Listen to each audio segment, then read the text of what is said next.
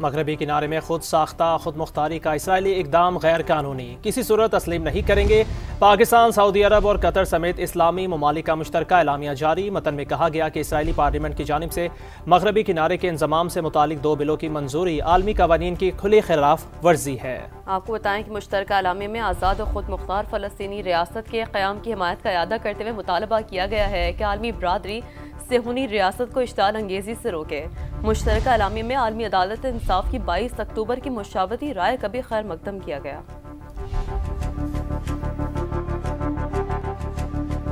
मरियम नवाज की नैब पेशी के मौके पर नैब ऑफिस में हमला केस में अहम पेशरफ। इंसदाद दहशतगर्दी अदालत ने पुलिस की जानिब से मरियम नवाज, राना सनाउल्लाह समेत दीगर के खिलाफ मुकदमा खारिज करने की रिपोर्ट मंजूर करते हुए केस निपटा दिया है। अदालत ने महफूज फैसला सुना दिया है। अरशद अली से मजीद बात करते हैं। जी अरशद, बताइएगा, महफूज किया शुदा फैसला सुना दिया गया। जी शेरी जुल्फकार, लाहौर की इंसदाद दहशतगर्दी अदालत के जज अरशद जावेद ने जो है वो महफूज किया गया फैसला सुनाते हुए पुलिस की रिपोर्ट से जो है वो एग्री किया है और अदालत ने पुलिस की रिपोर्ट को जो मुकदमा खारिज करने की रिपोर्ट थी उसको मंजूर कर लिया है।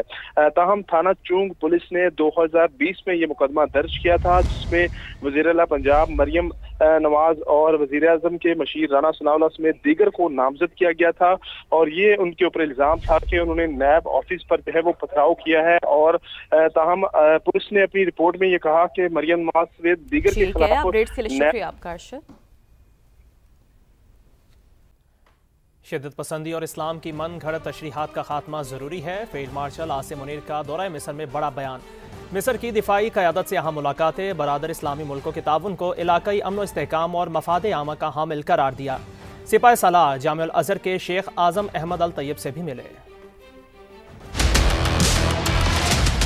पाक मिस्र फौजी ताउन और दिफाई इश्तराक मजीद मजबूत बनाने का mission. Field marshal Syed Asim Munir का सरकारी दौरा मिस्र। मेजबान वजीर दिफा और दिफाई पैदावार जनरल अब्दुल मजीद सकर से मुलाकात। मिस्री मुसल्लह अफवाज के chief of staff lieutenant general Ahmed Khalifa Fathy से भी मिले।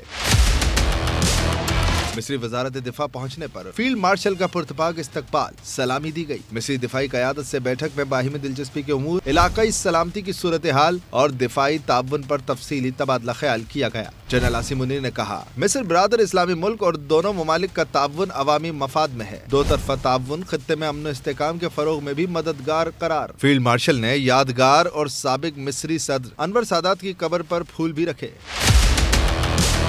फील्ड मार्शल आसिम मुनीर ने जामिया अल अज़हर के शेख आज़म अहमद अल तैयब से भी मुलाकात की। शेख जामिया अल अज़हर का मुस्लिम उम्मा को दरपेश चैलेंजेस पर इजहार ख्याल। फील्ड मार्शल आसिम मुनीर ने शिद्दत पसंदी और इस्लाम की मनगढ़ंत तशरीहात के खात्मे की जरूरत पर जोर दिया। वज़ीर आज़म का सनत और ज़राअत की तरक्की के लिए रोशन मईशत बिजली पैकेज का तोहफा। इजाफी बिजली 22 रुपये 98 पैसे फी यूनिट फराहम की जाएगी। ये रियायत 3 साल तक बरकरार रहेगी। उस्मान खान की रिपोर्ट देखते हैं।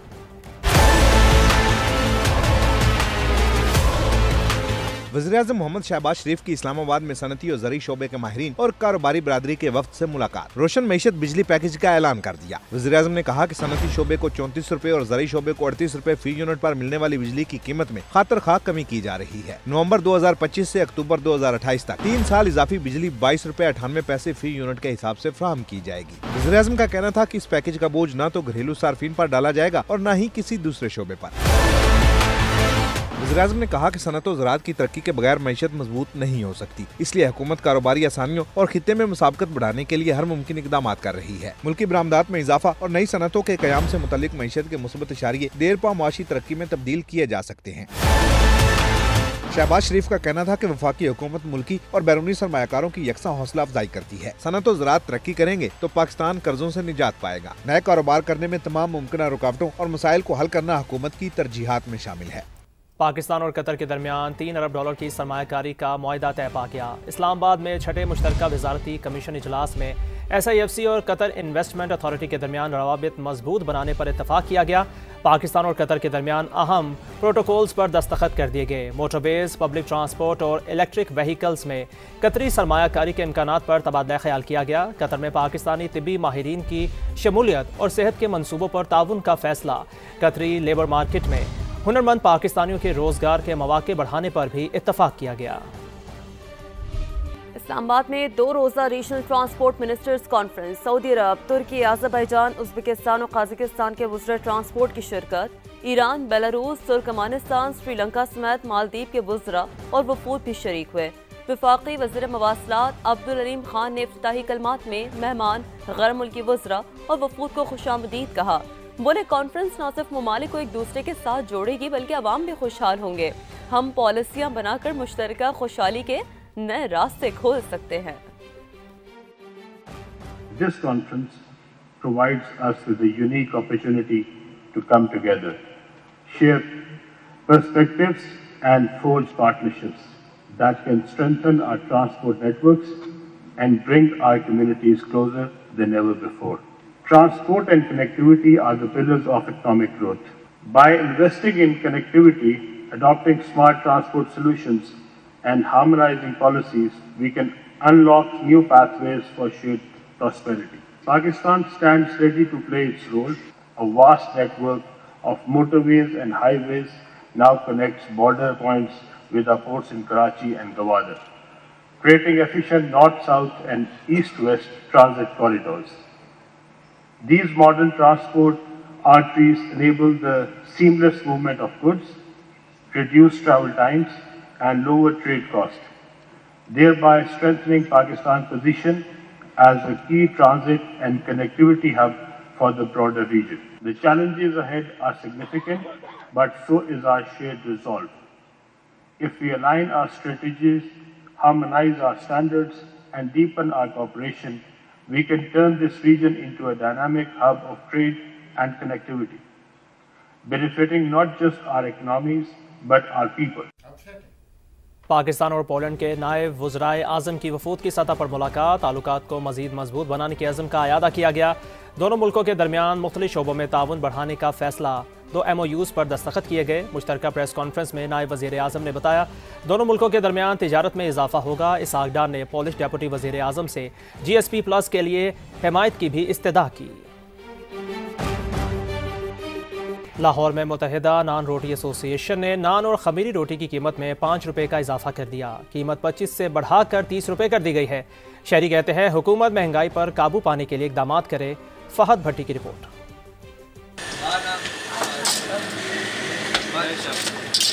सब्जी फलों के बाद नान रोटी भी महंगी। नान और खमीरी रोटी की कीमत में 5 रुपये इजाफा। रेट बढ़ने से अवाम परेशान।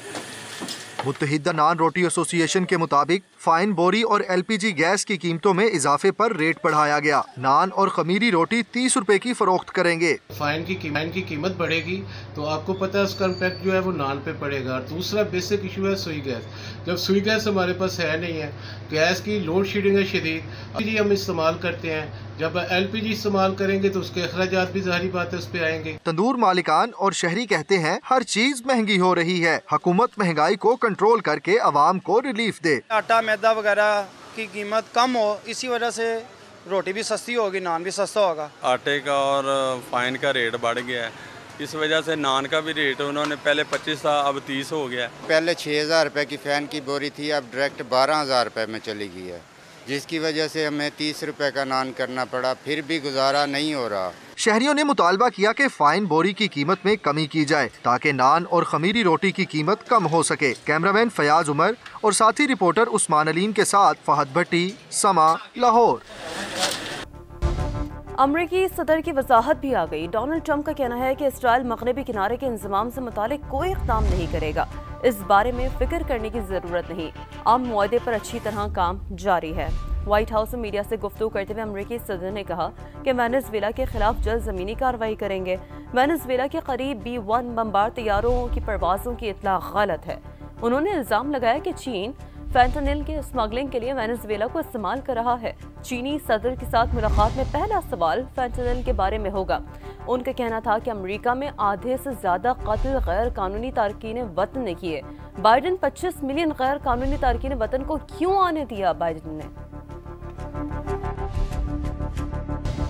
इसराइल की हठधर्मी बरकरार, गजा जंग बंदी के अगले मरहले के लिए अमेरिका के सामने 3 मुतालिबात रख दिए।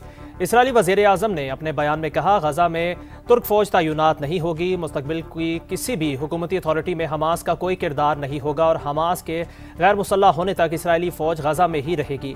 नेतन्याहू ने कहा, हमारे 3 मुतालिबात सुर्ख लकीर हैं, इस पर कोई समझौता नहीं होगा। इसराइली मीडिया के मुताबिक यह मुतालिबात इसराइल ने अमरीकी नायब सदर JD वेंस के सामने रखे हैं। बरतानवी वज़ीर-ए-आज़म कीर स्टार्मर ने शरपसंदों के हमले का निशाना बनने वाली मस्जिद पीस हेवन का दौरा किया। उन्होंने मुसलमान कम्युनिटी को तहफ़्फ़ुज़ देने के लिए 10 मिलियन पाउंड्स के इजाफी सिक्योरिटी फंड का ऐलान भी कर दिया। हुकाम के मुताबिक नया ऐलान करदा फंड से मसाजिद में CCTV कैमरे, अलार्म सिस्टम, मजबूत बाड़ और सिक्योरिटी अमला फराहम किया जाएगा। इस मौके पर वज़ीर-ए-आज़म कीर स्टार्मर ने कहा कि ये फंडिंग मुसलमानों को पुरअमन ज़िंदगी गुजारने के लिए ज़रूरी तहफ़्फ़ुज़ फराहम करेगी। शिद्दत पसंदों ने रवाह माह के वाल में पीस हेवन मस्जिद में आग लगा दी थी।